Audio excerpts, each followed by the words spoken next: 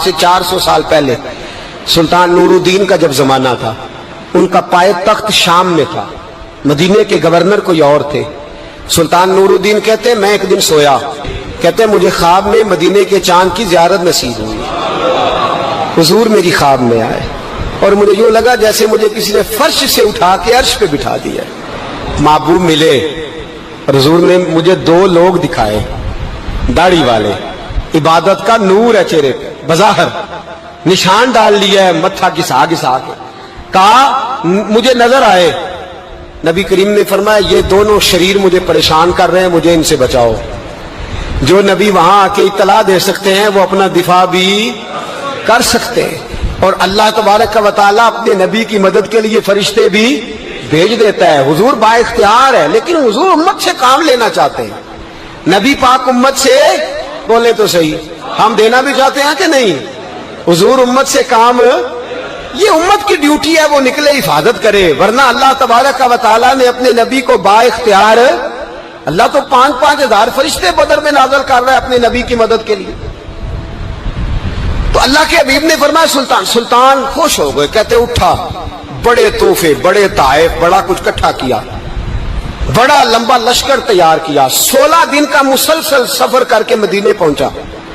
Governor مدینہ کو کہا کہ سارے مدینے والوں کے لیے میں تحفے لایا ہوں، سب کو بلاؤ۔ یہ توجہ کرنی ہے آپ نے، اس واقعے کے پہلو میں ہر چیز آ جائے گی، ہر چیز۔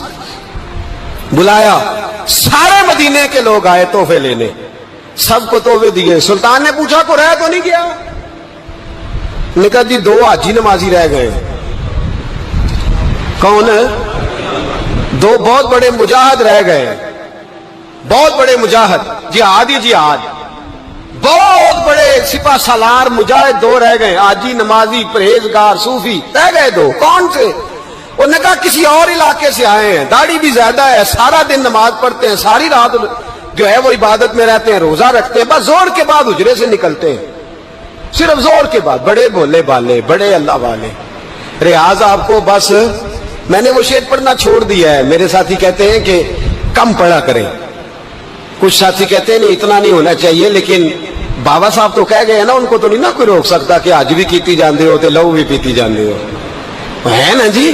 سب سے زیادہ آج بھی وہی کراتے ہیں، ٹریننگیں بھی سب سے زیادہ انہی کے پاس ہیں، لشکر بھی ان کے پاس ہے سب سے زیادہ، لیکن آج بھی کیتی جاندے ہو تے نال لوگ بھی پیتی جاندے ہو تے کھو کے مال یتیماں دا تے بھیج مسیتی جاندے ہو، پھٹ دلاں دے سیندے نہیں ایویں ٹوپیاں سیتی جاندے ہو، نفس تے چھری پھیر دے نہیں تے دمبے کیتی جاندے ہو، فرض بھلائی بیٹھے ہو، نفلاں نیتی جاندے ہو، دسو تے سی بلے نوے کی کچھ کیتی جاندے ہو۔ اتنا خطرناک منصوبہ، اتنا خطرناک۔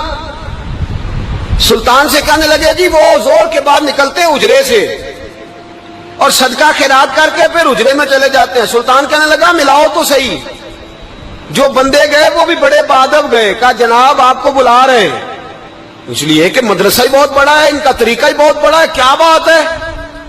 بلا کے لائے۔ سلطان نے دیکھا تو سلطان کی آنکھیں کھل گئی، کہنے لگے یہ تو وہ 2 ہیں جو مجھے حضور نے خواب میں دکھائے ہیں۔ نبی پاک نے، یہ 400 سال پہلے مولانا علی قاری لکھ رہے ہیں، یہ تو حضور نے مجھے خواب میں دکھائے، یہ تو وہ ہے۔ اللہ اکبر۔ میں اکثر کہتا ہوں ہمارا کسی کے ساتھ کوئی ذاتی جھگڑا نہیں، اللہ جانتا ہے، بڑی جلدی مر جانا ہے۔ ہاں کچھ لوگ زیادتی کرتے ہیں دین کے معاملات، میری سرکار کے بارے میں زیادتی کرتے ہیں تو ان سے دل بھر جاتا ہے، ان سے تکلیف پہنچتی ہے، ان سے اذیت ہوتی ہے، ورنہ خون کے آنسو دل روتا ہے۔ امت کو ایک ہونا چاہیے، امت کو، لیکن امت اس وقت ایک ہوگی جب نبی پاک کے گنبد کے سائے میں ایک ہوگی، جب رسول اللہ کے گنبد کی ہریالی میں امت ایک ہوگی۔ میرے حبیب پاک علیہ السلام، یہ تو 2 مجھے حضور نے دکھائے ہیں۔ سلطان کہنے لگا باندھو ذرا کس کے انہیں، ان کے گھر کی تلاشی لینی۔ ان کو باندھ کے سلطان گھر گئے تو گھر کے اندر کچھ بھی نہیں، بس صدقہ خیرات کا سامان ہے، قرآن پاک ہے، کتابیں ہیں، تفسیریں۔ جب اٹھائی نا چٹائی تو نیچے سرنگ نکلی ہوئی ہے، جب اس کے اندر لوگ گئے تو وہ سرنگ حضور کے روزے تک پہنچی ہوئی ہے۔ وہ کس ارادے سے آئے؟ سلطان نے جا کے تلوار تھامی، کہا تمہاری گردنیں اڑا دوں گا، بتاؤ کیسے آئے ہو؟ تو انہوں نے کہا ہم تو عیسائی ہیں، ہمیں عیسائیوں نے بھیجا ہے۔ اور ہم اس ارادے سے آئے ہیں کہ ہم حضور کے جسم اقدس کو نکالیں گے، کسی اور جگہ لے جائیں گے۔ سلطان نے بات سنی تو چیخ نکلی، اللہ اکبر کا۔ اس نے کہا عیسائیوں نے کیا سمجھا ہے رسول اللہ کے غلام مر گئے؟ تم نے کیا سمجھا ہے نعرہ رسالت کی آواز کمزور ہو گئی ہے؟ تم نے کیا سمجھا ہے درود و سلام کے سوتے خشک ہو گئے ہیں؟ تم نے کیا سمجھا ہے مدینے پر جان دینے والے کوئی نہیں؟ آپ نے فرمایا سازش کرتے ہو بے ایمانو، اندر چھپ کے وار کرتے ہو، طاقت ہے تو سامنے آؤ۔ مسلمانوں کا ایک ایک بچہ مدینے کی حرمت پر قربان ہو جائے گا۔ مدینہ منورہ کی حرمت پر مسلمان اپنی تجیہ بکھیر دیں گے، اولادیں قربان کر دیں گے، لیکن کسی کافر کو بھی رسول اللہ کی بے ادبی کی اجازت کبھی نہیں دیں گے۔ سلطان نے پکڑا، قتل کیا، پھر سلطان نے ان کو کاٹا، آگ میں جلایا اور فرمایا مسلمانوں، ہر حاجی نمازی دیکھ کر، ہر دعوت دینے والا دیکھ کر ادھر بفر نہ جایا کرو، پہلے دیکھ لیا کرو اس کے سینے میں مصطفیٰ کا پیار بھی ہے کہ نہیں، اس کی باتوں سے عشق رسول کی خوشبو بھی آتی ہے کہ نہیں، اس کا لب و لہجہ نبی پاک کی ادب والا بھی ہے کہ نہیں، اس کے انداز، اس کے اعتبار رسول اللہ کا پیار بھی بتلاتے ہیں کہ نہیں۔ میں بلبل خوش لہجہ گلزار نبی ہوں، میٹھی میری باتیں ہیں کیونکہ نمک خار نبی ہوں۔ دیکھو دیکھو یہ رسول اللہ صلی اللہ علیہ وسلم کا فرما بردار۔ ایک اور بھی سازش ہوئی رافضیوں نے کی، انہوں نے بھی 2 بندے ایک دفعہ بھیجے تھے، وہ بھی کھودنے لگے کدھر آئے ہو، پکڑے گئے تو کہنے لگے حضرت ابو بکر حضرت عمر کا جسم نکالنے آئے، معاذ اللہ تعالی۔ لیکن میرے رسول نے یہ حرکت بھی کرنے کی اجازت نہ دی۔ سلطان نور الدین کہتے ہیں یہ کام کر کے جب میں واپس لوٹا جا کے سویا تو مجھے پھر حضور کی زیارت نصیب ہوئی، مجھے مدینے والے محبوب کا پھر دیدار نصیب ہوا۔ حضور خواب میں آئے، فرمایا حبیب نے بتایا کچھ نہیں، بولے کچھ نہیں، بس مجھے دیکھتے جاتے تھے اور مسکراتے جاتے تھے۔ سلطان نے چاروں جانب کھدوا کے نا خندق، اس میں سیسا ڈلوا دیا، دیواریں پکی کرا دی، کوئی کھودنا بھی چاہے تو پہنچ نہ سکے۔ کہتے ہیں حضور دیکھتے جاتے، مسکراتے جاتے، اور جب میرے نبی میری طرف دیکھ کے مسکراتے تو مجھے یوں لگتا اللہ نے میرے لیے جنت کے سارے دروازے کھول دیے۔ مجھے یوں لگا جیسے جنت کی حوریں مجھے سلامی دینے آئی، مجھے یوں لگا جیسے فرشتے جھونکائے ہیں اور مجھے کہتے ہیں کیا تیرا مقدر ہے، کیا تیرا نصیبہ ہے، کیا تیری بات ہے۔ ہم ہر خارجی، ہر ناسبی، ہر رافضی کی مذمت کرتے اور مسلمانوں کو بتاتے ہیں پیغام وہی ٹھیک ہے جو امام حسین کا پیغام ہے، اور پیغام وہی ٹھیک ہے جو حضرت عثمان غنی کا پیغام ہے، جو حضرت عمر فاروق، حضرت ابو بکر صدیق، مولا علی کا پیغام ہے، وہی پیغام امت کے حق میں بہتر ہے۔ نبی پاک کا مدینہ امن کی دھرتی ہے، کتنا مرضی کسی کا اختلاف اپنی جگہ، پر دل کی گہرائیوں سے دعا نکلتی ہے، اے اللہ اپنے نبی کو شہر کو ہمیشہ امن اور سکون کی ٹھنڈی ہوا نصیب فرما۔ مسلمان ہی نہیں ہوتا۔ صلاح الدین ایوبی اپنے خیمے میں بیٹھے ہیں تو ایک بی بی آ گئی، اس قبیلے کا کوئی شخص مسلمان نہیں ہوتا۔ بی بی آئی، آگے کہنے لگی میرے 4 بیٹے جنگ میں کھو گئے، چھوٹے چھوٹے بچے جنگ میں کھو گئے، مل نہیں رہے، فوجیوں کو حکم دے مجھے میرے بچے تلاش کر کے دیں۔ صلاح الدین ایوبی نے جھٹ پٹ سر پہ امامہ باندھا، نیزہ پکڑا، سینے بند باندھا، اپنے جبے کو سمیٹا اور باہر کہنے لگی تو کدھر جا رہا ہے؟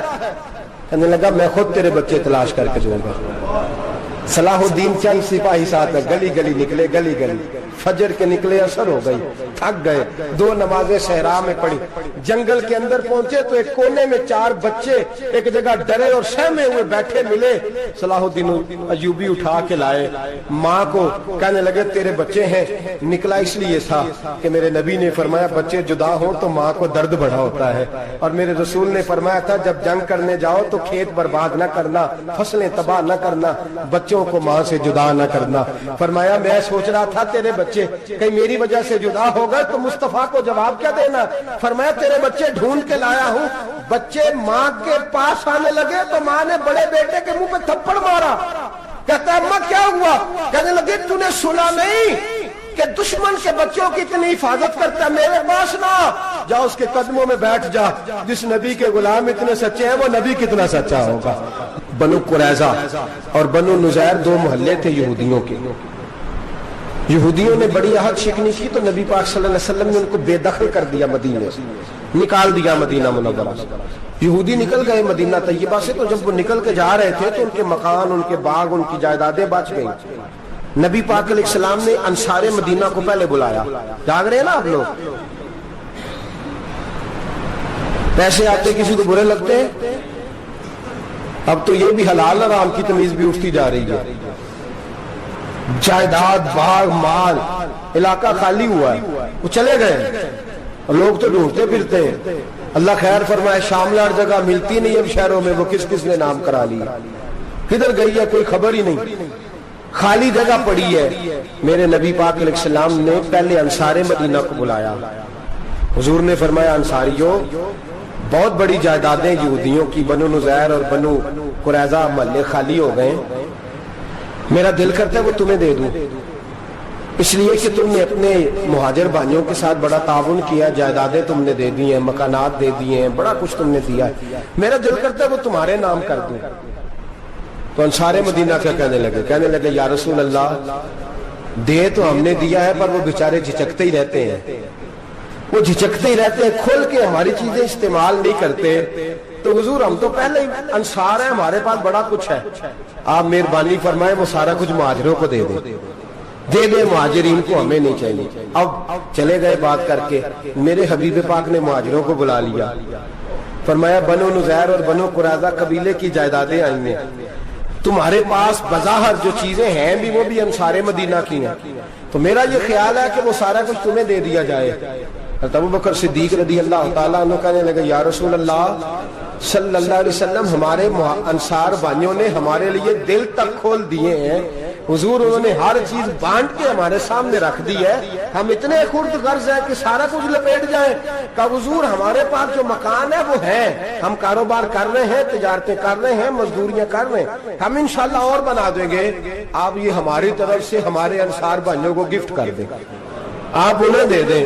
میرے حبیب کی آنکھوں میں آنسو آ گئے، میرے نبی پاک علیہ السلام رو پڑے، یا رسول اللہ آپ کیوں روتے ہیں؟ فرمایا تمہارا یہ بھائی چارہ قائم رہا تو اللہ اسلام کو بڑی قوتیں عطا فرمائے گا، اللہ طاقتیں دے گا اسلام کو، اگر تمہارا یہ رنگ قائم رہا، یہ انداز، میرے غلاموں تمہارے یہ طور طریقے، ایک بھائی کہتا ہے دوسرے کو، دوسرا کہتا ہے تیسرے کو۔ مسلمانوں کی نا ایک تعداد لڑتے لڑتے دور چلے گئی، تاتاریوں نے قید کر لیا، 4 مسلمان تھے، تبلیغ کرنے گئے، جنگ کرنے گئے، جہاد کرتے کرتے کافروں سے لڑتے تاتاری قوم میں چلے گئے، وہاں قید کر لیے گئے تو سزائے موت کا حکم ہوا، 4 بزرگ تھے، سزائے موت کا حکم ہوا تو تاتاری بادشاہ جو تھا وہ بڑا خلاف تھا، بڑا سخت مخالف تھا مسلمانوں کے، اس نے کہا کہ ان کو جب پھانسی دینا تو مسلمانوں کو تو میرے سامنے دینا۔ اب 4 عالم ہیں، 4 صوفی ہیں، سفید داڑیاں، سر پہ امامے، پھانسی کا وقت آیا تو جو پھانسی گھاٹ ہے وہ ایک ہے، چاروں کو کٹھے پھانسی نہیں ہو سکتی، ایک کو کہا کہ ایک ایک کر کے ان کو پھانسی دو۔ جب پھانسی کا وقت آیا نا تو جو سب سے پیچھے صوفی تھے وہ دوڑ کے آگے آئے، کہنے لگے بادشاہ پہلی باری میری لگا، پہلی۔ اب بادشاہ نے کہا ٹھیک ہے اسے لٹکا دو، وہ قریب آئے تو دوسرے دوڑ آئے، کہنے لگے نہیں پہلی باری میں نے زیادہ کافر قتل کیے، میرا بڑا جرم ہے، مجھے پہلے سزا دو۔ ان کو پھانسی دینے لگے تو تیسرے آ گئے، کہنے لگے نہیں یہ تو میرا قتل کرتا تھا، رستے میں بتایا کرتا تھا، ڈھونڈ کے میں بتلاتا تھا کہ یہاں زیادہ تعداد ہے، مجھے پہلے پھانسی دو۔ تیسرے کے ساتھ بات ہو رہی تھی تو چوتھا دوڑا آیا، کہنے لگا یہ رستے بتاتا تھا، یہ تبلیغ کرتا تھا، یہ سارا کچھ کرتا تھا، لیکن کہا یہ کہتے تھے چلو واپس چلتے ہیں، میں جانے نہیں دیتا تھا، میں کہتا تھا اور کافر مارنے اور علاقے فتح کرنے، میرا جرم بڑا ہے، مجھے پہلے پھانسی دو۔ بادشاہ کہنے لگا مجھے 35 سال ہو گئے حکومت کرتے، بڑی دنیا کو پھانسی دی ہے، لوگ تو ایک دوسرے کو دھکے دیتے ہیں کہ پہلے تو جا پہلے تو جا، اور تم کیسی قوم ہو کہ ایک دوسرے پہ قربان ہو رہے ہو؟ کہنے لگا تم ایک باپ کی اولاد ہو۔ جاگ رہے ہیں آپ لوگ؟ تاتاری بادشاہ، کافر بادشاہ، اسلام کی مخالفت کر دیں، ایک باپ کی اولاد ہو کا نہیں، ایک قبیلے کے رہنے والے ہو کا نہیں، ایک ملک کے رہنے والے ہو نہیں۔ اس نے کہا رشتہ کیا ہے تمہارا، رشتہ کیا ہے؟ تو بول کے کہنے لگے خدا ایک ہے، نبی ایک ہے، خدا ایک ہے اور نبی منفعت ایک ہے اس قوم کی، نقصان بھی ایک ہی سب کا نبی، اللہ بھی قرآن بھی ایک، کیا ہی اچھا تھا ہوتے اگر مسلمان بھی ایک، یوں تو سید بھی ہو، مرزا بھی ہو، افغان بھی ہو، تم سبھی کچھ ہو، بتاؤ کہ مسلمان بھی ہو۔ فرمایا ہمارا اللہ ایک ہے، نبی ایک ہے، تو کہا پھر ایک دوسرے پہ جان کیوں دیتے ہو؟ فرمایا ہمارے نبی نے ہمیں بھائی بھائی بنا دیا ہے، بھائی کا دل نہیں کرتا اس کی آنکھوں کے سامنے بھائی چلا جائے، ہمارا دل نہیں کرتا پہلے مجھے دے پہلے مجھے دے۔ بادشاہ کہنے لگا تمہارا جذبہ مجھے متاثر کر گیا، جاؤ میں تم چاروں کو آزاد کرتا ہوں، تمہیں آزاد کرتا ہوں۔ میرے دوستو یہ رنگ تھا، دیکھیں نا، یہ اس دھرتی نے نظام دیکھا ہے نا، اس فلک نے پہلی بار دیکھا، اس زمین نے پہلی بار، اور میرے حضرت صاحب فرمایا کرتے تھے زمین تڑپ کے روئی، اس نے پہلی دفعہ دیکھا۔ احد کا میدان ہے، 3 صحابہ تپتی ہوئی زمین پہ زخموں سے چور چور پڑے ہیں۔ حضرت انس بن نضر رضی اللہ تعالیٰ عنہ پانی کا پیالہ لے کے پہنچے، ایک زخمی سے کہا تجھے پانی پلانا ہے، تو کہنے لگا میرے زخم تھوڑے ہیں، وہ جو ساتھ پڑا ہے اس کے زخم گہرے ہیں، پہلے اسے پانی پلا دے، جا اسے دے دے۔ اس کے پاس پہنچے تو وہ کہنے لگا وہ مجھ سے پہلے گرا تھا، اس کا زخم زیادہ گہرا ہے، اسے پانی پلا۔ تیسرے کے پاس گئے تو کہنے لگا چوتھا تڑپ زیادہ رہا ہے، اس کی عمر زیادہ ہے، میں تو جوان ہوں برداشت کر لوں، بڑھاپے کی وجہ سے نڈھال ہو گیا، پہلے اسے پانی پلا۔ چوتھا کہنے لگا پانچویں کے پاس جا، پانچواں کہنے لگا چھٹے کے پاس جا۔ حضرت انس بن نضر کہتے میں رو پڑا، میں نے کہا محمد کے غلاموں، رسول نے تمہیں کیسا جذبہ دے دیا ہے، زبانیں پیاس سے باہر ہے لیکن تمہاری اخوت مرتے دم تک قائم ہے۔ کہتے میں 7ویں کے پاس گیا تو کہنے لگا اگر 6 قربانی دے سکتے ہیں تو مجھے خود غرض نہ سمجھ، میں نے نہیں پانی پینا، جا پہلے کے پاس لے جا۔ کہتے میں پہلے کے پاس آیا تو روح پرواز کر گئی، دوسرے کے پاس آیا تو روح پرواز کر گئی، میں 7ویں تک آیا تو انتقال کر گئے۔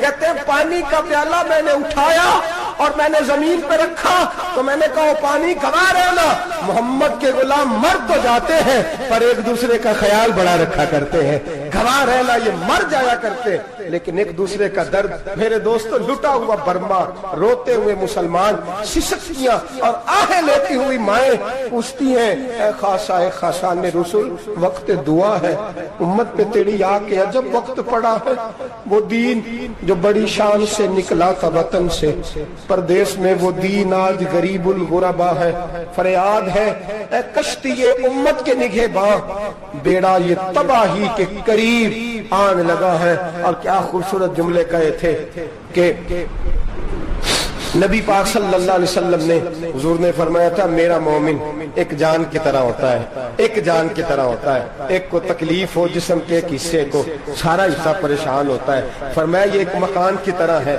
ایک اینٹ دوسری اینٹ کو مضبوط کرتی ہے، فرمایا یہ مضبوط لوگ ہیں، یہ مضبوط لوگ۔ حضرت عمر فاروق کا زمانہ ہے، ایک آدمی نے سیری بھیج دی ایک گھر میں بطور تحفہ، قحط کا زمانہ تھا، گوشت ملتا نہیں تھا، جانور، ایک آدمی نے سیری بھیج دی ایک آدمی کے گھر میں، اس نے کیا کیا، اس نے اپنی بیوی سے کہا ہماری تو خیر ہے، ساتھ والا پڑوسی زیادہ غریب ہے، ادھر نہ بھیج دے، یہاں گندم امیر شہر کی ہوتی رہی خراب اور بچی کسی فقیر کی فاقوں سے مر گئی، کہا ساتھ والے پڑوسی کے گھر سے میں کئی دنوں سے بھوک کی آوازیں، وہاں بھیج دے۔